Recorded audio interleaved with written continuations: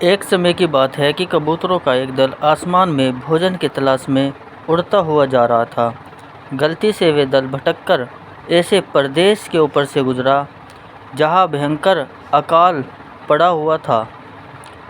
कबूतरों का सरदार चिंतित था। कबूतरों के शरीर की शक्ति समाप्त होती जा रही थी। शीघ्र ही कुछ दाना मिलना जरूरी था। दल का युवा कबूतर सबसे नीचे उड़ रहा था। भोजन नजर आने पर उसे ही बाकी दल को सूचित करना था। बहुत समय उड़ने के बाद कहीं वे सूखाग्रस्त क्षेत्र से बाहर आया। नीचे हरियाली नजर आने लगी तो भोजन मिलने की उम्मीद बनी। युवक कबूतर और नीचे उड़ान भरने लगा। तभी उसे नीचे खेत में बहुत सारा अन्न बिखरा नजर आया। चाचा, नीचे एक खेत में बहुत सारा दाना बिखरा पड़ा है, हम सबका पेट भर जाएगा। सरदार ने सूचना पाते ही कबूतरों को नीचे उतरकर खेत में बिखरा दाना चुनने का आदेश दिया। सारा दल नीचे उतरा और दाना चुनने लगा। वास्तव में वे दाना पक्षी पकड़ने वाले एक बहेलिये ने बिखेर रखा था। ऊपर पेड़ पर तना था उसका जाल। जैसे ही कबूतर दल दाना चुगने लगा, जाल उन पर आ गिरा। सारे कबूतर फंस गए। कबूतरों के सरदार ने माथा पीटा, ओह, ये तो हमें फंसाने के लिए फैलाया गया जाल था। भूख ने मेरी अकल पर पर्दा डाल दिया था। मुझे सोचना चाहिए था कि इतना अन्न बिखरा होने का कोई मतलब है। अब पछताए होत क्या जब चिड़िया चुग गई खेत। एक कबूतर रोने लगा, हम सब मारे जाएंगे। बाकी कबूतरों तो हिम्मत हार बैठे थे, पर सरदार गहरी सोच में डूबा था।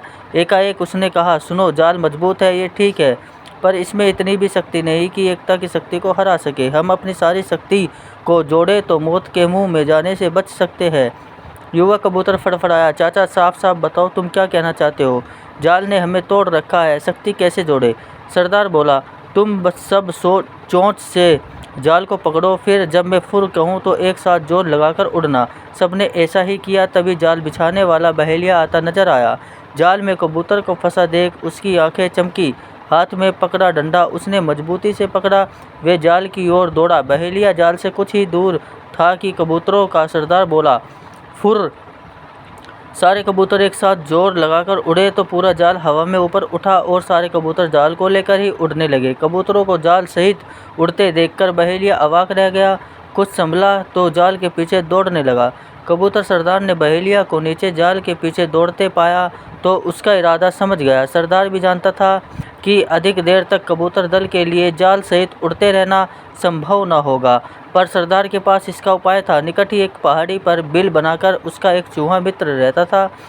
सरदार ने कबूतरों को तेजी से उस पहाड़ी की ओर उड़ने का आदेश दिया।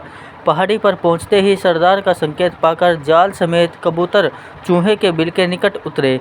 सरदार ने मित्र चूहे को आवाज़ दी। सरदार ने संक्षेप में चूहे को सारी घटना बताई और जाल काटकर उन्हें आज़ाद करने के लिए कहा। कुछ ही देर में चूहे ने वे जाल काट दिया।